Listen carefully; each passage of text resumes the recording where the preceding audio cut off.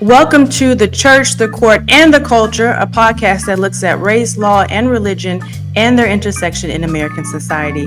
I am your host, Brooke Gurley. Thank you so much for joining me. If you haven't already, please be sure to subscribe. You can subscribe to this podcast on Apple Podcasts, Spotify, Substack, or wherever you get your podcasts. And if you haven't already, please be sure to follow me on social media. I am at Palookie Throat, which is on the screen, everywhere except TikTok, where I am just Palookie. Now, today, I have a very special treat for you. I have a guest, none other than my dear friend and pastor, Reverend Dr. Darrell Rich. Reverend Rich! Hey, what's up? Hey. Thank you so much for joining us. Before I get started, do you want to tell them, well, you probably don't remember where your social media handles are to follow you? He was like, I don't know none of that stuff. I know, just find me. Amen. There are not too many Darrell Riches in the world. Right. Yeah, I just can't. Anyone who wants to find me will have to search for me, but find me. Okay, you sound like seeking you shall find. Yes. Knock and the door shall be open. Shall be open. All right. Okay. So if you were interested, and maybe right now you're like, I don't even know him. So by the end of it, maybe you want to follow him, but you'll still have to seek him out. So let's get started with the first segment, which is the church. And that's why I brought Dr. Rich in, even though he's going to be with us through the whole episode. And I wanted to, because last episode I talked about social justice gospel, liberation theology. We talked about the late Voddie Baucham and how he was saying how social justice is essentially a Trojan horse. It is not the justice of the Bible. It is antithetical to that. And I'm like, let's talk about it. So I said, I know somebody I can bring to talk about these things. And that is, like I said, none other than Dr. Rich.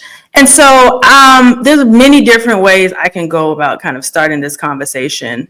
I just want to sort of throw out to you, because you got a chance to at least watch some of Dr. or Pastor Baucham's.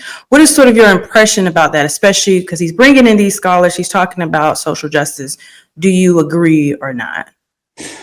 So first, let me say thank you, for inviting me into this conversation. To dive in directly, as he was speaking, one of the first things that came to my mind was the scholars that he's using. I'm unfamiliar with those scholars.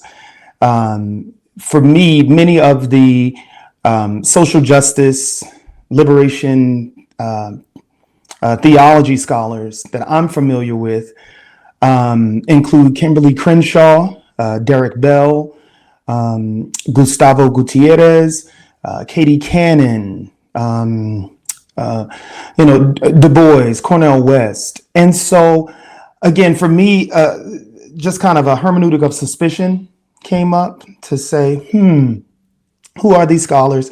And were they instrumental? And if so, how were they instrumental in shaping an understanding of social justice? Well, let me stop you right there, because you threw out a word, hermeneutic of suspicion. You have to unpack that for people. Oh, sorry. Okay. Hermeneutic of suspicion, all of that. Wait, what? So when I talk about a hermeneutic of suspicion, it's a skepticism and developing an ability to ask questions, a willingness also to vet the sources of something. One of the things, and I'm sure you're finding this as well, is that nowadays anyone with a camera may be considered an expert on a particular topic. That's dangerous because, in fact, they may not be an expert on a particular topic. And when we have a hermeneutic of suspicion, what that means is we are asking probing questions. Okay, what's the source of this material? Again, who are these scholars? Are they respected in their fields? And what published works do they have? This hermeneutic of suspicion, it comes out in multiple areas, but even with data, just questioning, okay, where's this data coming from? Where's this information coming from? And can we vet the source of it? Excuse me. And so, again, just as I was listening to him, that's one of the first things that came to my mind. But also, I was thinking about the definitions of social justice. And one of the, or two of the scholars that I often turn to are Jost and Kay, who define social justice as kind of a three-part setup, that it is distributive, it's procedural, and also it's interactional. And so that kind of three-pronged approach to justice is what I and so many of my colleagues and other scholars lean towards. So when we talk about social justice, we're talking about the ways in which it gets distributed across race, across class, the ways in which decisions get distributed, and then also the ways, the processes, the procedures that go into the distribution of said justice. And then lastly, again, that interactional piece ties into the interpersonal, who's at these tables making the decisions. So the fairness, the equity within the decision-making process. And so I'll just wrap it up by saying, as he was speaking, for me, there is a direct tie to the gospel. Micah 6:8, we all know that, what the scripture says there. When we turn to the works of Jesus, and Jesus inaugurates, and this is something that I talk about often, Jesus inaugurates his ministry. Luke chapter 4, he starts off his ministry by reading a portion of the scroll of the prophet Isaiah. The Spirit of the Lord is upon me. He has anointed me to preach good news to the poor, set at liberty those who are captives, recovery of sight to the blind. Liberation comes up here. I mean, clearly. And so when people try to segment, biblical justice from social justice, they're incorrect. It is all tied. And so, like I said, that's my stance on it. And that's what the scholarship and the biblical text have led me to believe, that it is all tied in one. Well, and so you said a lot of good things there. One is that those three prongs about the distribution, because that's kind of what Bachman says, right? Like, it is the government's redistribution of wealth. So it seems like the distributive part is correct in his analysis, but it's sort of the idea that it's from the government and therefore that is bad, where he's kind of falling short in those three prongs. Is that what you would say with that kind of? He's saying, yes, about redistribution of wealth, government sponsored redistribution. In other words, socialism or communism. Right. He's saying, and therefore that is antithetical to the gospel. Right. But I mean, let's go to the scripture. I mean, in the book of Acts, you have a particular verse which actually says, and the people had all things in common, and distributed those things amongst each other, so that no one lacked. People don't like that verse. They don't like that. They don't like that verse. People don't call up and it's like that. Looks like socialism. Right. And so I think, again, it's the beauty of an interpretive lens, but it's also the challenge of interpretive lens. And again, for myself, I wholeheartedly stake my claim as a liberation theologist. I wholeheartedly stake my claim in social justice, and tie those things directly into the ministerial work of Jesus. I do not see a separation.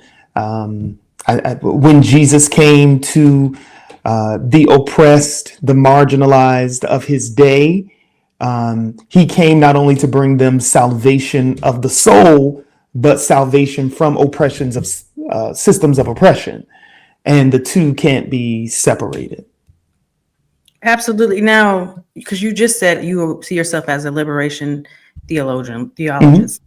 But that's not quite the same as social justice, right? Those are close. They're very connected, but they're not actually the same. What is the difference between social justice is one thing, and then there's social justice gospel, and then liberation theology. And then, of course, there's Black liberation theology. All of that together. But at least the main difference between social justice and liberation theology. So I think in its easiest kind of understanding and form, when we talk about social justice, we're talking about the equitable distribution or fairness, whether it's the ways in which distribution of wealth, access to wealth or access to education, the ways in which laws are rendered. And I mean, that's definitely your area of expertise than mine, but the ways in which laws are applied to people based upon class or race or economic status. So all of that falls under that heading of social justice. When we talk about liberation theology, we are talking about I'm going to use this term here, but the deliverance or the setting free of marginalized people, oppressed people from the systems that oppress them. Again, if for folks who are interested in learning more about that, then they definitely want to look at Gustavo Gutiérrez, James Cone, definitely, and some others that I've already named, Du Bois, and when you start to turn towards Black liberation theology,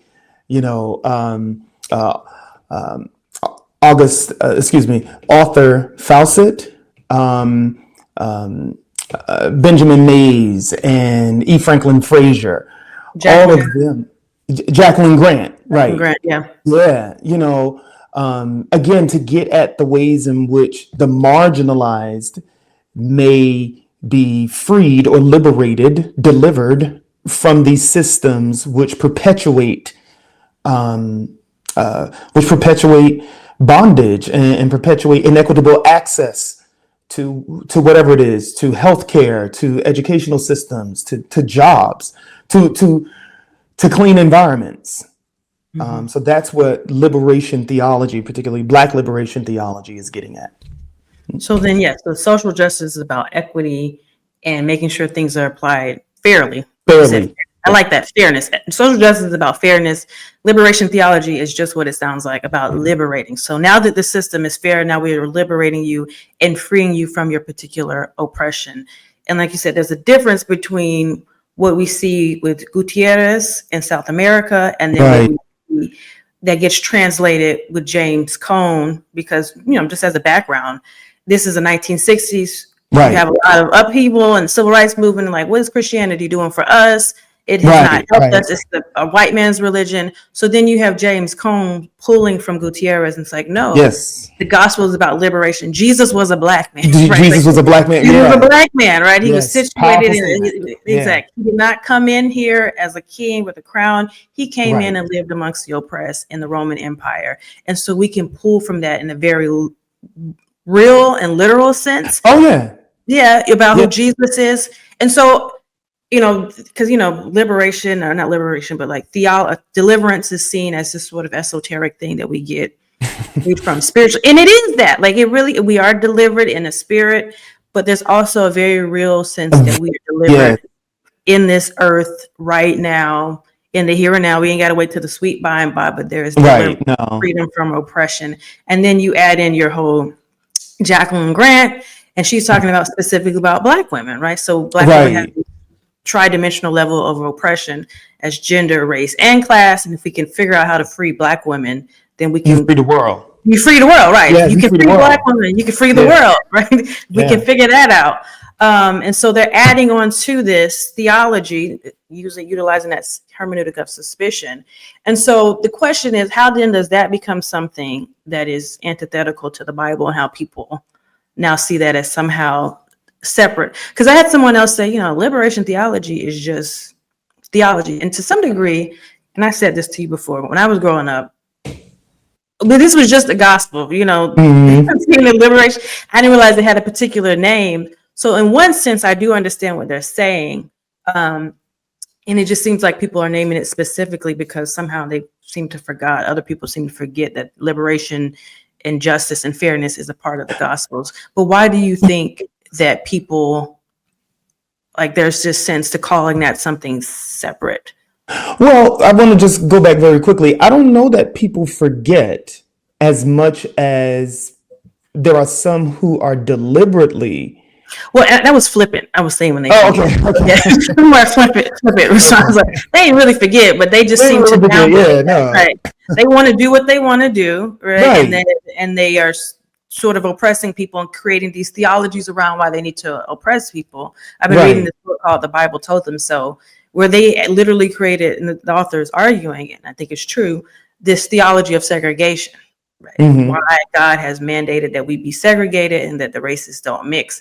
And I think, again, it's because there's this sense that I want to do what I want to do. I want to justify it. And so I'm downplaying what otherwise should be seen as central to the Bible. The Yeah, weightier and matters. if we can name that even more, what does that "I want to do what I want to do" mean? What that really, how that really fleshes out is, I want to oppress black Right, and brown folks. right, That's what I want to do, and I'm going to use the gospel in a way to support that claim. right, I want to round up undocumented workers, right, and I'm going to use the gospel to support that right, claim. I find it fascinating that people would use the gospel of Jesus Christ, who was on the side of the poor and the marginalized, against the poor and the marginalized today. right. It Um, makes no sense. It's it like, makes yeah, that's who's over there? Like, and I keep saying this, and I said this many times in different clips. When Jesus said, I was poor, I was hungry, he didn't say, I knew these people. I was in prison and I had a reason for being in prison. He just said, I was there and you didn't visit me. I was hungry. You didn't feed me. He didn't sort of justify why you should do it or what was going on. And he said, if you've done it to the least of these, you've done it to me. He has situated himself among those who are oppressed. So then to fight and to round up these immigrants is to fight and to round up Jesus, is to oppress Jesus. And I'm like, how do you then go to church on Sunday and sing these worship songs when you have persecuted and rounded up and what do they say, disappeared other people or disappeared Jesus throughout the week? It makes no sense to me. yeah, yeah. But the language you just used reminded me of James Cones's language, that Jesus was who Jesus was. Jesus is who Jesus is, and Jesus will be who Jesus will be. And who was Jesus? He was a poor, marginalized, oppressed person of color in the Roman Empire under the oppression. So that's who he was. That's who he is. That's who he will be. And the cognitive, I've been saying, that it's a deep cognitive dissonance, and I think exceptional mental work, dexterity, in order to be able, as you said, to round up Jesus in an ice raid on Monday or throughout the week, and then go to church on Sunday and worship Jesus. I think that's remarkable. I still don't understand it. But I also think that, I've heard some preachers call it, a blind spot. I don't think it's that. I think it is intentional. The whitewashing of the gospel. And so here I am getting into, Christian nationalism. I'm getting into I'm getting into white supremacy and colonization, and the ways in which whiteness is just so pervasive, and the ways in which whiteness blinds folk to the realities of the salvific work of Jesus and the all-encompassing salvific work of Jesus. We talked about the salvation of the soul, but I just want to go back and say, but it is also salvation from oppressive materiality, the ways in which injustices get codified in law, the ways in which injustices become materialized. Jesus came to save us from those things as well. Absolutely. I like that, how you say in the materialized, because that's exactly what happens in the law, right? Constant oppression. So you have during slavery, you have it where they're evolving the statutes. So if you are a Christian, then you can't be a slave. Well, wait a minute, that means some of our enslaved people will have to go. So then we changed that. And so if your mother was born a slave, now you have to be a slave. And then you have the end of slavery, you have Reconstruction, but then there's an overturning of that, and then we usher in Jim Crow, and there's just constant recapitulation of oppressive systems. So even now, after the civil rights movement, what does that usher in? Then you have the war on drugs, which is you put drugs into the Black community, and then you make drug possession a much more harsh sentence. And so now you have the prison industrial complex, and Black people or Black men are removed from the home because of that. Black people are put under incarceral rule. And so it's just, again, it's a sense of now, how do we use the gospel to liberate people who are living under these oppressive systems that constantly morph and change? I think as a civil rights attorney, this was what's so frustrating to me, is that you see the things morph and you're like, no, this is still racism. This is still racism. Even though you're using color blindness, it's still racism. And then how the church also kind of perpetuates this idea of racism. And we'll get into this a little later about how now, after telling us for so many years how our color and our race is a bad thing and we're wrong, now when we bring it up, we are idolizing race and skin color. And so now we're problematic. But it's just the same way, again, like you said, how do we sort of liberate ourselves from the materiality of our oppression? Yeah. It just keeps coming up. So it's a very frustrating thing. But again, like I'm still kind of confused. And I don't know if I'm confused. I don't know if that's the right word. I don't know if I'm confused. I just feel like, how do y'all not see what y'all, people, social justice, liberation, theology, how do y'all not see that as actually a part of the gospel? Yeah. But it's to the point that's too tied into their whiteness. They have they have made that the idol, their skin color, truly the idol. Right. And they need to justify it. Right. Like it has to be justified. So I have to downplay the fact that Jesus said, if I'm in prison, if I'm hungry, if I'm motherless, that's who I am. It doesn't look like the people who have millions of dollars. So I have to sort of justify that and remove that or excise that from scriptures to make sense. But I don't know. It's just, what do you think's going on? Just like still just idolizing the whiteness of it all. And do you think too, also, what I think is also problematic, perhaps you can help me with this. I think there's some people who sincerely are following the gospel as they have been told. Mm-hmm. Their leadership is telling them this and they believe this wholeheartedly. What happens to them because they've been taught wrong? I know this is kind of walking on, because you pastors, I don't want to tell y'all what y'all necessarily do, because I am not a minister. The dove and all that stuff. So I am not a minister, but it just seems like there's some people, and this is where I struggle, where it's like, I know you're sincerely following what you think is right, but what you're following is wrong, and it's a bastardization of the scriptures. So what then?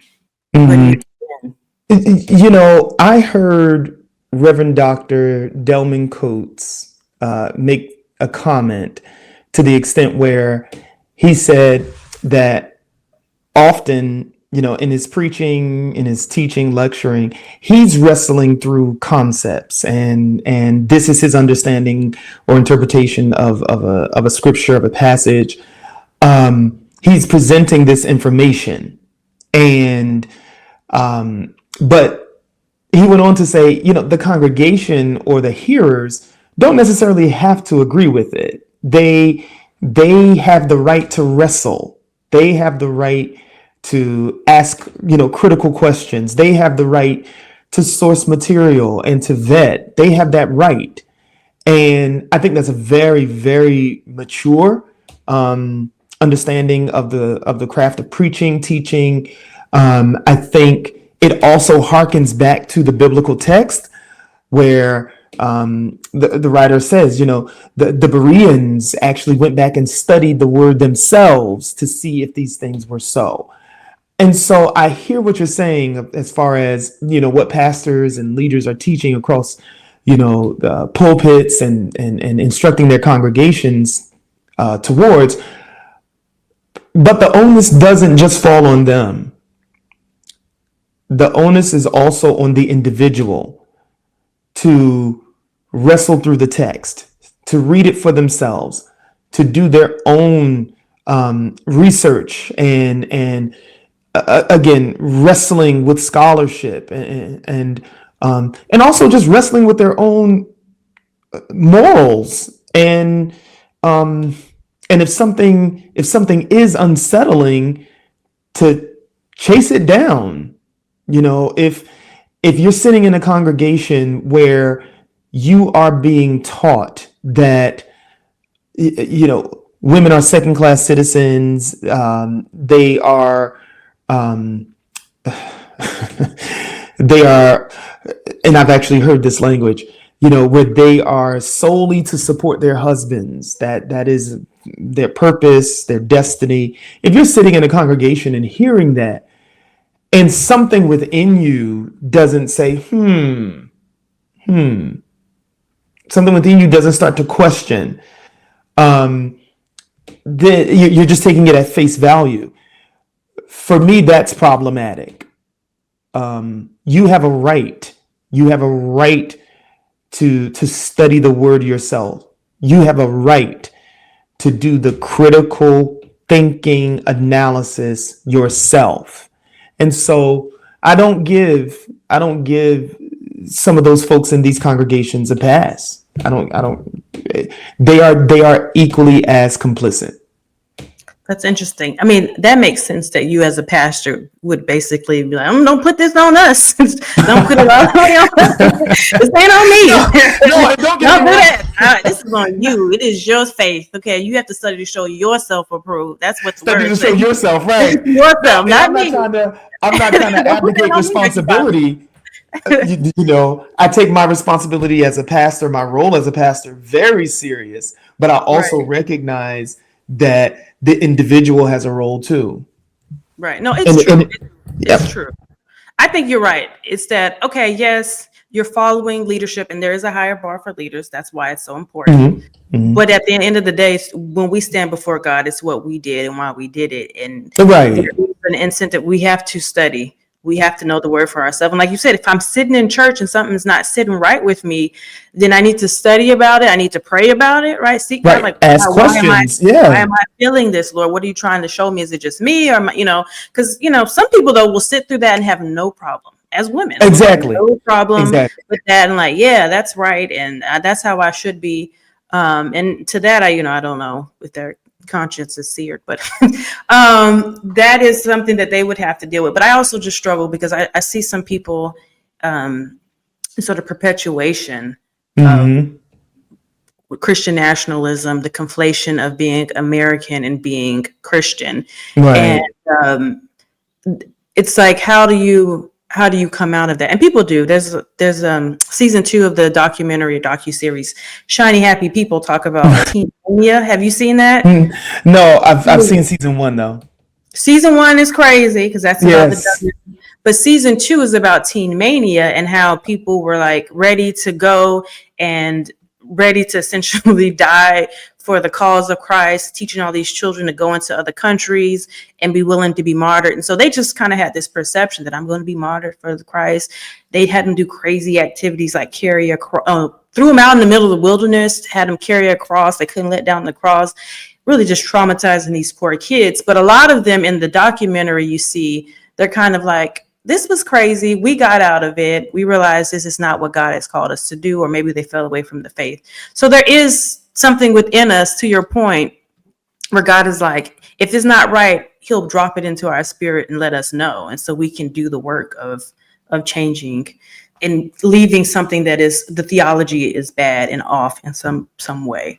And I know, I know we've exhausted this, but I do want to add, think of all the ways in which different sectors have been used to oppress people based upon race or sex. I mean, think about the ways in which science, medicine, religion has been used, to subjugate women, to enslave, Africans.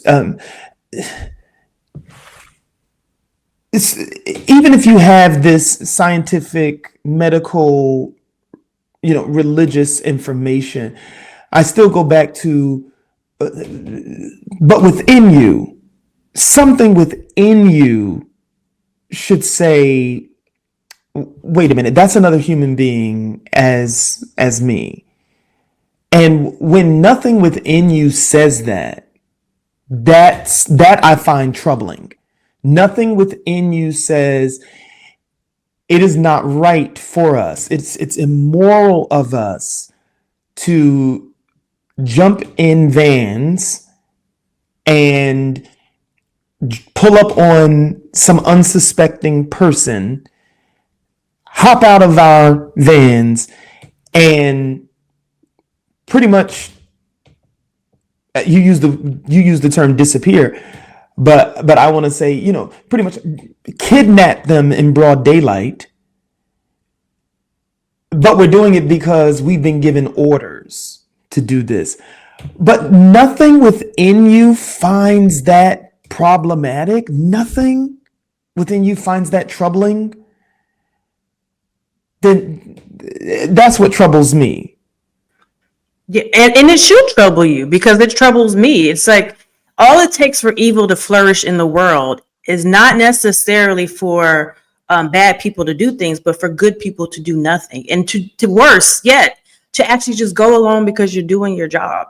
And that's what, to your point, what you see, I'm like, no one's standing up. The fact that you're hiding your face, that you know what you're doing is something that's not good. And it reminds me, I was just watching the movie, Another Day, Another Battle, or something like that. And in that, you see the same thing. They're given orders and everyone is just marching in place, terrorizing communities, doing all these terrible things. And it's like, where is the person to stand up? And this is where we as Christians should be standing up and saying, this is not right. To your point, these are fellow human beings. We are called to protect the least of these, not to kidnap them and put them in vans. And what's particularly egregious is that some of these people are actually in court doing things the legal way, and you're kidnapping them before they can finish the process. That lets me know your intent. It is not to help. It is not to get rid of criminals. It is to disrupt a lawful process, to harm people so that you can have America look a particular way and is not a way of the people who you are kidnapping. And then you have also what happened in Chicago, right? These are Black American citizens, 2:00 in the morning. Why are you raiding a place at 2:00 in the morning, but you're trying to terrorize them and zip tying them? Again, to your point, it's like, yeah, what about the least of these? Why aren't you, something within you, saying this is not right? I will not participate in this. I will not do it. If I lose my job, so be it. I will not participate in this level of injustice and evil. Yeah, basic humanity. Because, even as you were speaking, what came to mind was the Jewish Holocaust. And so remember, when they get to the Nuremberg trials, part of the argument, part of the defense was, well, we were just doing what we were ordered to do. Right. And I mean, the foolishness of that answer, because it assumes that you don't have any agency. Thank you. Yeah, you don't have any agency in the decision making here. Nothing, again, just nothing within you said this. I'm not doing that. No, apparently not. Exactly. I'm gonna cover my face so that you don't know who I. That to me, like I said, you're not doing anything wrong. It's like the Klan with their hoods. It's like, no, show your face. Right, show your face. You think that this is fine? Yeah. Show your face. Right. What are you afraid of? You don't want to be at the Nuremberg trials, whatever will be in the future, trying to explain why you did what you did. Right. I don't understand it. And I don't understand why so many people are going along with it. And as a citizen, it's kind of like, I don't even know what to do because I feel like I shouldn't do it. It also feels like a reverse slave trade, if you will. You're kidnapping people from their homes and transporting them across waters to Lord knows where, because it's not like they're always going back to their home. Back home, right. Like some people they're sending to Uganda, if I'm not mistaken, in Sudan, I think is what they were sending. I'm like, they're not even from there. But again, when your motives are not right and it's something else, then, you don't care. But as Christians, and I'll just leave it as Christians, though, it really should be our commitment to justice, whether you want to call it social justice, liberation theology, or just a gospel. I still think at the minimum, there's something within us that needs to stand up and say, we're not going to do this. Right. We're going to fight back lawfully. And when I mean fight back, I don't necessarily mean down in the streets, but like we're going to resist. That's a better way. Yeah. We will resist. Yeah. There's no resistance. Well, I shouldn't say there's no resistance. There's not enough resistance going on for my liking. But I want to wrap up because we said, like you said, a lot about liberation theology. Threw out some names. I want to be clear, like what are some books, some resources that you think would be good for people if they want to go and like follow up themselves or have some kind of counter literature to what someone like a Bachman may put out? Oh, well, definitely Derek Bell's work, Kimberly Crenshaw. What also is coming to mind is if you can get your hands on God of the Oppressed, James Cone, excellent. For greater understanding of Black churches and the role of Black churches in social justice, in society, just as a whole, I think works by Gaylord Wilmore would be helpful. I've shared this with you before that I personally love a book titled Slave Religion by Albert Rabbitoe. Du Bois's The Negro Church. Those things to start with help to frame our understanding of the role of Black churches. And then again, you start to get into some more contemporary writings as well, but those foundational texts, because they really do set the stage for our present day role, what Black churches' role is in. And I know I veered there from talking about social justice specifically, but the role of Black churches, I think, is definitely important in this conversation. Again, as we talk about Christian nationalism, as we talk about the disruption of aims towards civil rights, social justice, our understanding our role needs to be, I think, redefined, reaffirmed. Those are good. I would so yes, for sure. I would add two that come to mind to resources. One is Dr. Jacqueline Grant's book, White Woman's Christ, Black Woman's Jesus, that talks about that tridimensional level of oppression. So if you could free Black women, you can free the world. So that's an excellent book that also highlights race and gender. And then there's another excellent, if you just kind of want to have a survey of what liberation theology is, it's called The World Come of Age, An Intellectual History of Liberation Theology by Lillian Calles Berger. Wonderful. Like I said, it's a survey. If you just want to kind of chart the history, she does a great job of charting the idea of liberation theology from Europe until it comes here into America and then where it is presently. So those are two excellent resources that I would add to what Dr. Rich has said. All right, so those are just some resources that I recommend. Let me know your thoughts. Let me know if you have additional resources that I should add to the list, and I will definitely post it. Like I said, you can leave a comment under the video, or you can tweet me. Now, I'm not on Twitter, actually. You can just reach me on social media. Mine is at Paluki's World. We have yet to realize what Dr. Rich's social media. You're going to stop playing me. We'll figure it out at some point. All right. We might put it in post, but yes, either one of us, send us a message and let us know your thoughts on this subject of social justice and liberation theology. All right, now that we have done a very exhaustive job with the church, even though we've done exhaustive, I feel like there's still much more to know. But now I want to move on to the court segment. And this one is not one of the appellate case, but it's actually a lawsuit that was filed by Chandler Moore against Maverick City. Now, Dr. Rich, have you heard about this case? I've heard a little bit about it. I didn't know there was a lawsuit filed though. Yes, there was actually a lawsuit. So what did you hear? Because I just want to clarify. So I, again, just kind of the very general thing that he and Naomi Rain and, some others had left Maverick City. And I managed to catch Naomi Rain's interview. That was a few weeks ago. I caught that interview. And then just the other day, I heard that he made an online post, I guess. It was like a letter. But that was it.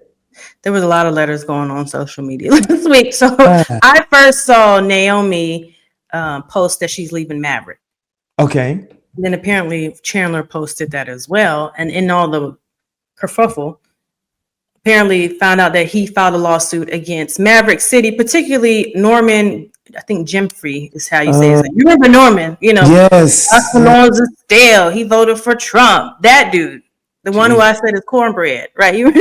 That's who he's suing, him and all his sort of what you call in the law alter egos, but just these entities that he creates that really serve as his alter egos. So that happened early October. So and I'll just get into the sort of the details about that. All right, so this is the lawsuit that Chandler Moore filed. He filed it in the district court in Atlanta, so it's in federal court in Atlanta. And I'm guessing this is based on diversity jurisdiction. I'm not going to get into Civ Pro because that's too much. But because Chandler does not live in Atlanta, but I believe Norman does. So he filed this lawsuit. It has 8 counts, which means 8 different claims of being able to receive damages or award of damages, 8 ways that he says that Norman violated him in some way, some kind of tort. And so, but the allegations in the lawsuit are generally, they're kind of disturbing. One, Moore alleges that Norman was his business manager, his personal manager. So he's handling all his businesses from touring to record deals, all that good stuff. And he said that Norman did not tell him that he eventually acquired an ownership role in Maverick City, right? So before Chandler says that he's in Maverick City, he introduces Maverick City to Norman. Norman then acquires an ownership role in that. Why is that significant? Because now Norman's supposed to be negotiating contracts and deals on Chandler's behalf, but he's not going to really do that very well against Maverick City if he also owns Maverick City, right? There's a conflict.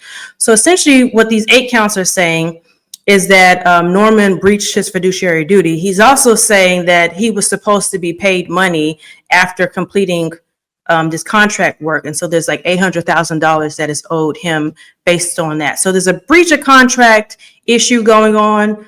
From that, there's unjust enrichment, which means that, I gave you a benefit and you didn't pay me and you're unjustly enriched. And they're saying too, that Norman redirected the funds that were supposed to be going to Chandler, according to the lawsuit, and they redirected them to Norman's entities, Norman and his business entities, so that Chandler is not actually receiving the royalties that are due him. And the reason why that those were redirected is because, according to the lawsuit, Norman forged Chandler's signature on these record deals and sent all of the funds, sold his masters, and sent them to another entity. So that is generally what's going on in that lawsuit, right? It's very, very, very messy. But I don't want to get to the mess of it. I'm just here to sort of bring some legal clarity to that. So there are 8 counts of that. Like I said, alleging breach of contract, saying he's owed at least $800,000 under the touring agreement and writing agreement that he had. And I don't know how much in royalties. And he's also trying to, one of the counts is Chandler's actually trying to get out some of the contracts that Norman got him into through fraud. Right. And I'm just like, this is kind of disturbing, but it's like, this is the same person who was on whatever that talk show just a month or 2 ago, bragging about being a businessman. Yeah. Yeah. Yeah. Any thoughts? I mean, that's a whole lot. That's a simplified version of what it's just like, it's a 40, well, there's 47 pages total, but a part of that, because it's a breach of contract, you have to attach the contract that's in dispute. So they attached it as well to show how there's a breach of that agreement. But yeah, any thoughts or questions on that? No,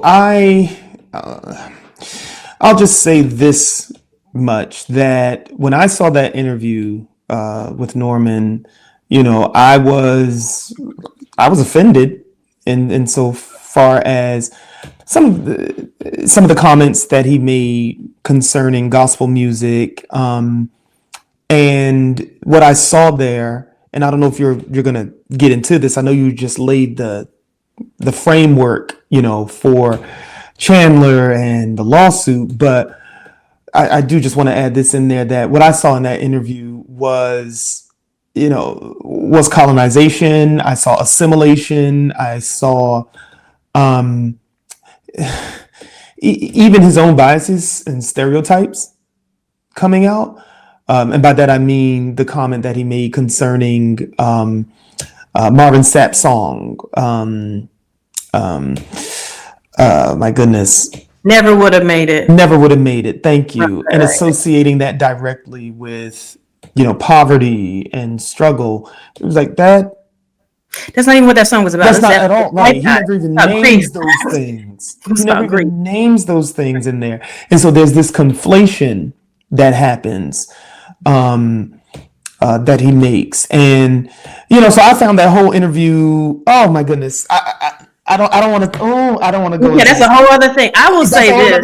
I'm not, but I will say this. When I saw that interview, and this is, I don't know, these are allegations, obviously, in a lawsuit. That's all that lawsuit is. It's just a statement, a bunch of allegations that you have to make in order, you want to seek a redress of whatever happened. But when I saw that interview with Norman, I was like, there's so much pride there. That's not sustainable. I thought the same. That's going to come down. And the arrogance, you can see the arrogance that he said all that stuff in the interview. I was like, you're so clueless to your ear. You're that arrogant that you don't even realize how you're coming across. So I'm not surprised. And I'm sorry for cutting you off. I also had, what got me flustered was also because for me, as I was watching it, it wasn't just him who was problematic in this interview.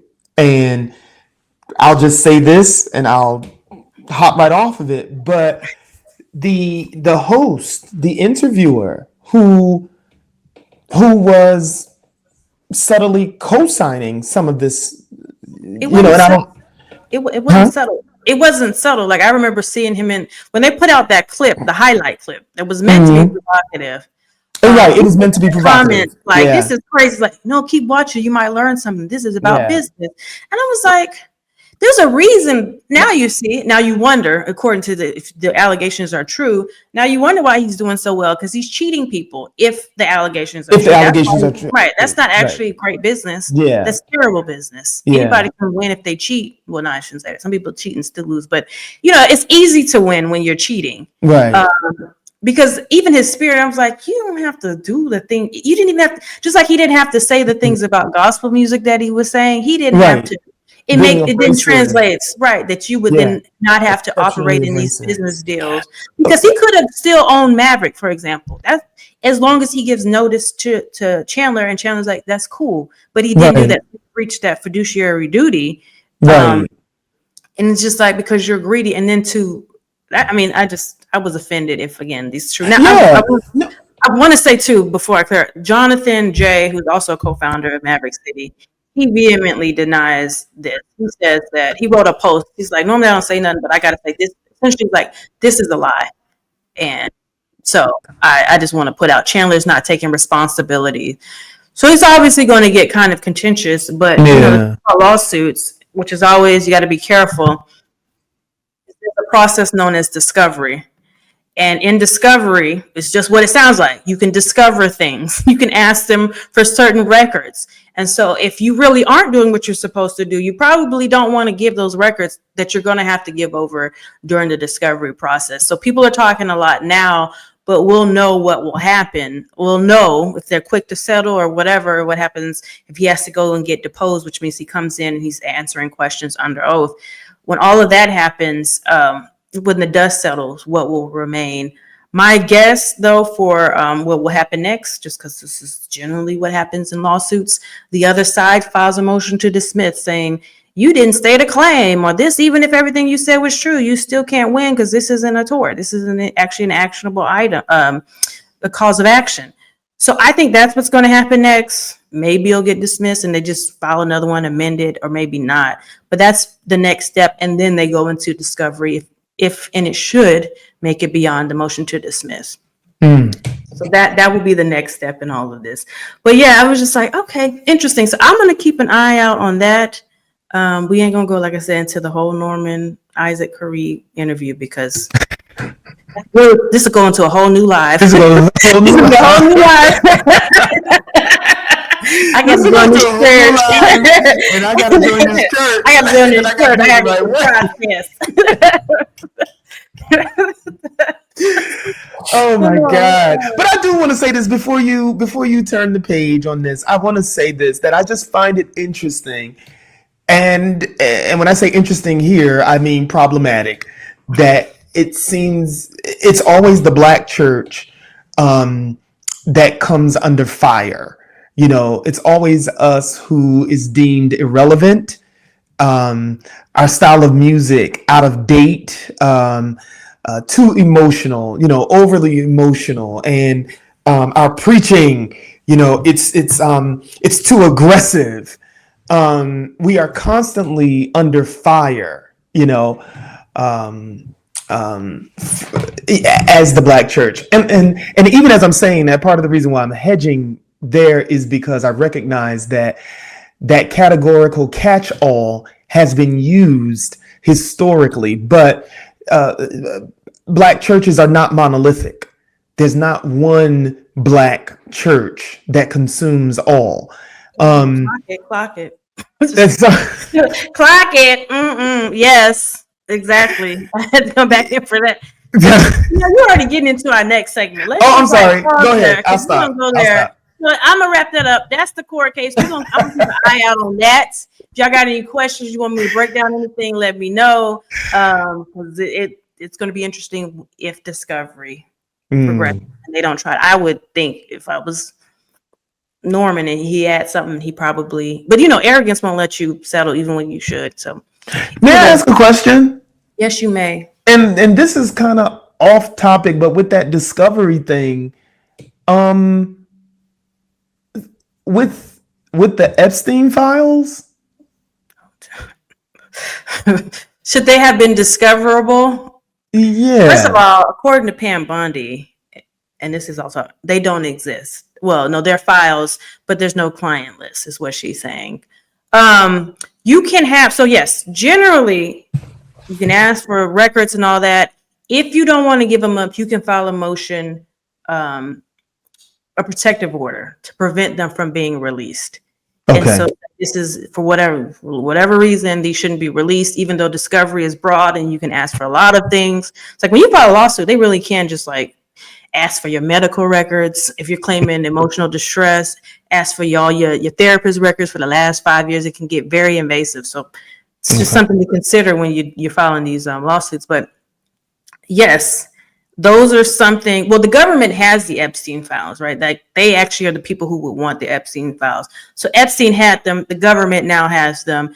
Discovery. They're not disclosing them to the public because corruption. But they're corrupt, right? So, but in the process of discovery in the lawsuit, that's how they were able to obtain that, or they may have seized them. I can't remember when they went and got them. But for the public, the discovery doesn't go towards what the public is privy to, but what the other side. Okay, got it. Yeah, and then also in criminal trials, it's a little different because you don't. There's certain the government has to give you everything, but not necessarily. of course, attorney-client privilege stuff is not Right. So, Got yeah. it. Okay. Yeah. Okay. But Sorry about that. corruption. No, it's fine. Good question. Corruption is your answer to the files. Corruption. All right. Corruption. All right. Like I said, if y'all have any questions, let me know. I'm gonna keep an eye on that.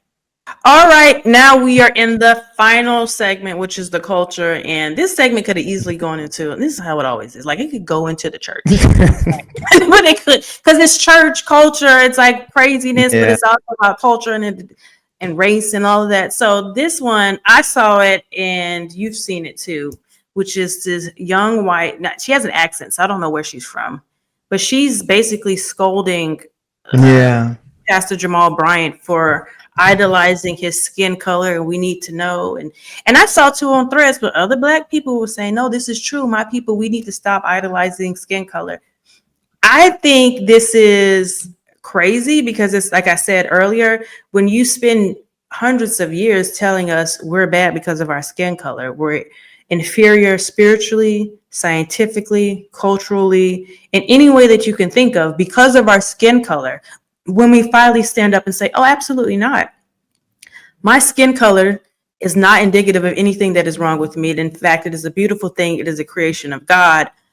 Now they say, oh, why are you focused on your skin color? Why are you so focused on race? It's like, no, I wasn't the one focused. I didn't even create race, right? That's not even something that we created.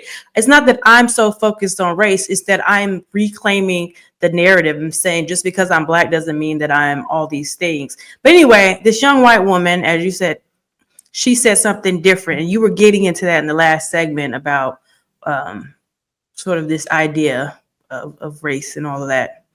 I'll let you continue to pick up where you were. Yeah, I'll make it brief. You ain't got to make it brief because I know you guys, it's like fire shut up in your bones. Because you want to say some things, and that's what that laugh is. It's like, I really want to go off and let the Jersey in me come out. I know, right? But I'm learning as I get older how to harness better. But I will say this, I find it, again, I guess just my phrase for the day, I find it interesting that particularly white Christians would scold Black Christians and Black institutions. The Jersey in me, I think, wants to say, stay in your lane. You ain't got nothing to do with what we're doing over here. And to this young lady and to all the others who take it upon themselves to scold us or to rebuke us, let me just remind you of how we get the Black church. Let me remind you of the work of some of the scholars that I've already named, like Du Bois, like Rabbitoh. Let me remind you that Africans were kidnapped and then brought to these Americas and made a way out of no way. Let me remind you that those worship practices initially took place in the hush harbors of the Deep South. Let me remind you that Black institutions are birthed in the cauldron of your anti-human behavior. Let me remind you that because Black folks were not allowed to worship in the same space as whites, and when they were, they had to worship in the balconies of those churches. Let me remind you that it was violence, in the cauldron of violence, vitriol, hatred, that we get the Black church. The Black church. The first African American denomination, the AME Church. It is birthed in response to white vitriolic behavior. And so when I hear this language of, or these narratives of, Black churches need to do X, Y, and Z. Black churches need to, in a sense, get over the trauma, get over the segregation, get over everything that we caused, get over that, and just be covered under the blood of Jesus alongside us. I was raised to never say, to never call anyone a fool, but I must say, what you're saying is foolish. You do not have a clear understanding of the history of the Black church. As I said earlier, even the term itself is problematic because it is a categorical catch-all for Black worshipful experiences. Because the truth is, Black Christians identified themselves initially not as the Black church, but they identified themselves alongside the denominations they were connected to or affiliated with. And so I find her comments and comments of some others from the past just strikingly egregious, strikingly, I even want to say nonsensical. You don't know what you're talking about. Right. Coming at us, trying to scold us. You forget that part of the reason why we have this Black religious institution is because of the historical work your ancestors did. But I'm going to do what you kind of did earlier. Did they forget? Just like you're like, did they forget? I don't think they forgot. I think it's a combination of some people knew, right? Some people actually knew of what was going on. And then some people have been like, I would guarantee you, if you just start grilling that young woman about different pieces of Black history, she knows nothing about it. Right. So she speaks about what to your point, you forget, but you don't know. You were not taught history. And the reason why they don't teach you history is so that when people see someone like a Pastor Jamal Bryant, and she was like, Jamal, I already had a problem with that too, like that, her language. But when you see something like Pastor Jamal Bryant preaching, you assume that he's the problem. He's just, as they say, a race agitator. He's stoking the racial flames. And if you would just stop talking about it, it would go away. And it's like, no. It never went away. You morphed, actually. You morphed your logic, your reasoning behind it. But there's this long history of oppression, of why we got here, how did we get here? And it was in response to, even still, we're responding to the racism that is within the church. And unless you are willing to deal with that on a, not just on a personal, because I think what happens, at least now in evangelical circles, is racism is seen as just an individual thing, an individual sin, as opposed to this systemic thing that we need to address. And so as long as it's just an individual thing and I'm fine, I see you as my brother, I don't see color, I don't suffer from racism. Therefore, why are you talking to me about racism? And you're not looking at, well, maybe the church itself is a problem, like has problems and systemically, and we are perpetuating those problems when we tell people like Pastor Jamal Bryant what he's supposed to be doing, when in reality, he's actually just trying to address an issue that's systemic and historical. You know what I mean? Like, I feel like they don't want people to know history, because then you start putting 2 and 2 together and you're like, oh wait, carry the one, this ain't adding up, you know? It's like, so I think it's a deliberate to keep people like that. And then there are people who actually know the history, and like, we can't tell them. Like what we see with this administration, right? Why they don't want people to know their history. The history, yeah. It's because it's easier to control them and to knock them over and then change regimes, because when people are ignorant of what has happened, they are then ignorant of what could happen. Yeah. I want to add this in there because I think you raised something important. The disrespect by calling him his first, by his first name. But that's what they would do to Black men in the day, boy, and all that. That's why exactly. That's why they would intentionally go by their initials, so that you would have to call them by their last name. Right. So you wouldn't know their first name to call them by. You have to call me by my last name. You will not disrespect me. Right. It's like, right. I would he's a pastor. Put that He- on him. You know what I He's mean? a scholar. He's a scholar. He is Put something Dr. on him. Jamal Right. Bryant. Don't just be out here saying things, because what do you have? Right. And that's the thing. It's so interesting because I was just having this conversation this week. The ways in which Black folk are often stripped of the accomplishments that we have. And so in this case, we get this young lady who, again, refers to this Black male pastor who's also a recognized academician by his first name. She doesn't even give him the respect of calling him Pastor Jamal Bryant or Reverend Doctor or even just Dr. Bryant, and I think of the ways in which that still happens today. And so you have scholars of color like myself who occupy spaces where there's an intentional effort. There's an intentional effort to downplay our accomplishments. And so it's not Reverend Dr. Darrell Rich. No, it's hey, Darrell. There's some others I could name, but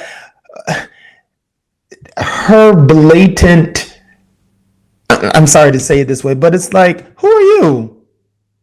No, but who are you for real? Yeah, who are you? Who are you? He is Dr. Bryant is following in the tradition of the Jeremiah prophetic preacher.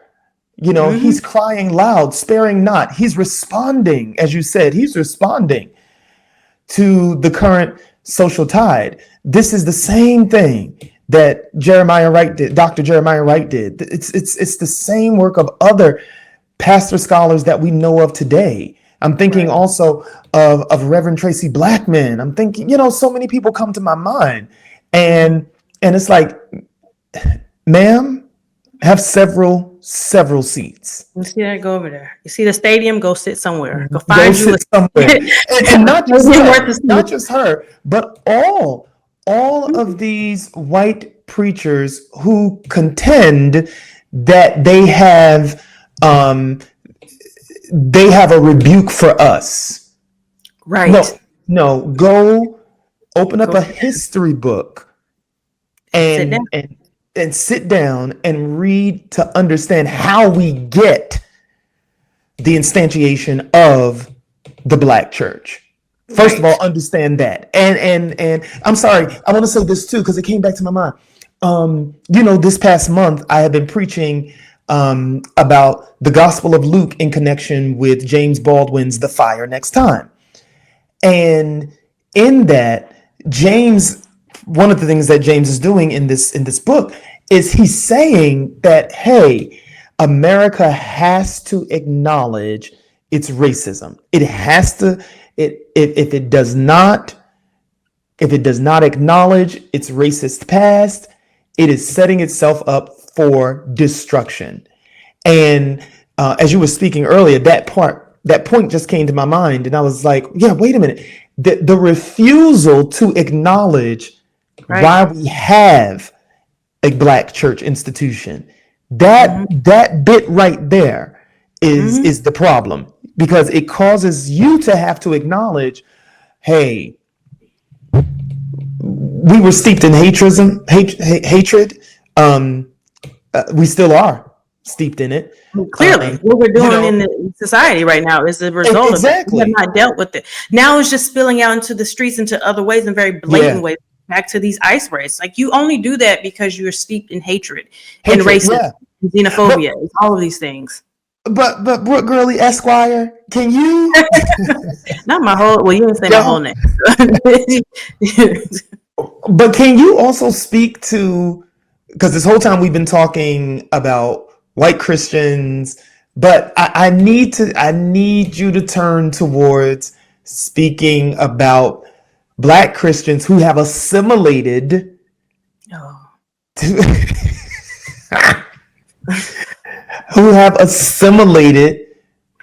to white Christian antics.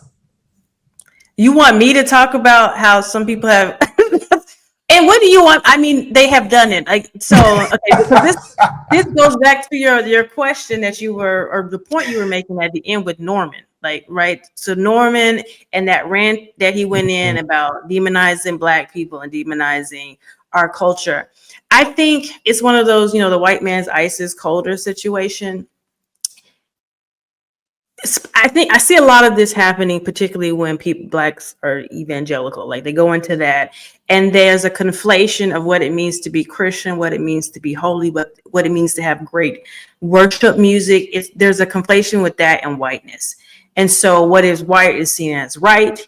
And our Black culture, to what Norman was saying, I don't understand the struggle. None of that resonates with me. Failing to realize that's actually not what all of that means anyway. And some of it does mean about the struggle, but it's because of the struggle you stand on the shoulders of those who struggle, so that you can build upon it. Again, not everyone has the same background, but like I was saying before, that song Never Would Have Made It was about grief.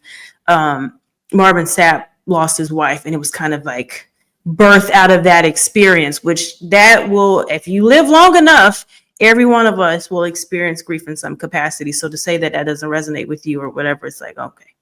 But I think that within the evangelical circles, there are Black people who there's just been this conflation, and they have drank the Kool-Aid, if you will.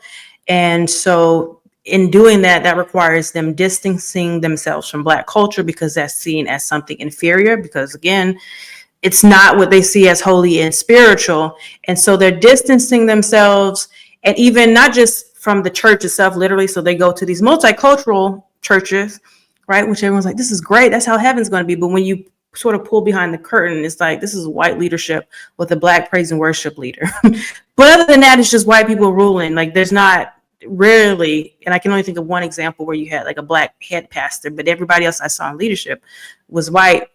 So they'll go to these churches, they'll abandon certain cultural norms that are within the Black church. And then you have what Norman did, just sort of demonize, and there's this aligning themselves up with whiteness, failing to realize at some point, when rubber meets the road, like, they still see you as a Black person. That's why and you can tell how integrated a church wants to be, again, by its leadership. And if the leadership is just all white, then, maybe you want to consider that. So I just think that you have in their minds a conflation. And so then getting back to our first segment with social justice, you then read these liberation theology, social justice gospels through that lens of whiteness as right and holy, and whatever helps Black people is somehow suspect. So they give a hermeneutic of suspicion to those things that hurt us. But Norman is somebody was going in the ways of the traditions. So I don't even know what Norman. I don't even want to try to explain Norman. I feel like Norman is problematic and is very much about American capitalism, and it seems to be catching up with him. But yeah, I don't know if that's answering your question, but that's kind of like, it's like, yeah, they're equating that. Mm-hmm. I'm also holding back because there's some inside knowledge that I have that I'm not going to share. Just like, there's some other details that I know. Tell us. No, I cannot. Well, absolutely not on this. Meet me offline. I'll tell you offline. But yeah, I think some people genuinely also, you raise a certain way, you want to explore, to your point that you said earlier. You want to explore and wrestle with things, and sometimes in your wrestling, it may lead you away at moments. And because you're looking for something different, you are looking for something that you didn't grow up with because it doesn't resonate. But I think a lot of people then I shouldn't say a lot, I don't know, but people then make their way back because they realize, oh no, this is just more of the same. And then some people stay over there and like, no, we got it over here, y'all over here screaming and doing all this. Worship that's only 24 minutes. There's this clip that I've been meaning to send you where this pastor was like, you only need 24 minutes to praise and worship. You extended longer because you didn't pray about it. And it was very kind of rote. And I'm just like, yeah, but what about the spirit? Like letting the rest on something. Don't assume the ways in which that you may have grown up. Were there moments where people like you weren't prepared and that's why it extended? Sure.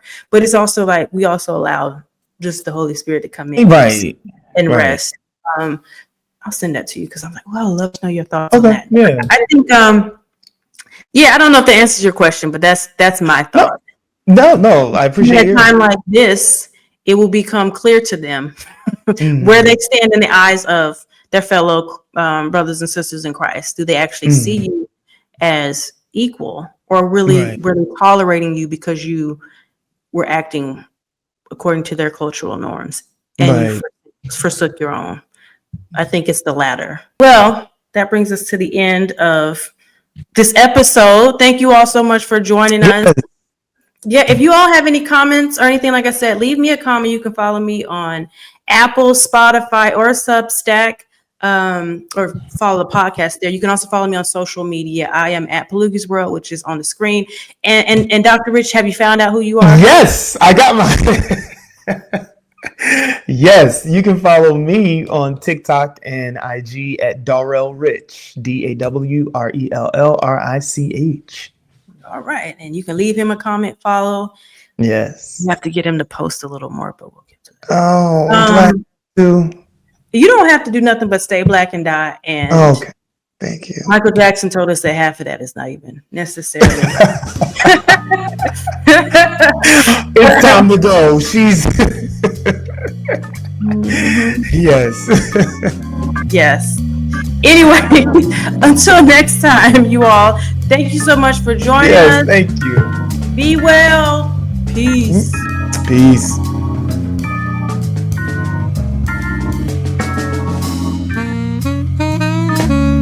Mm-hmm.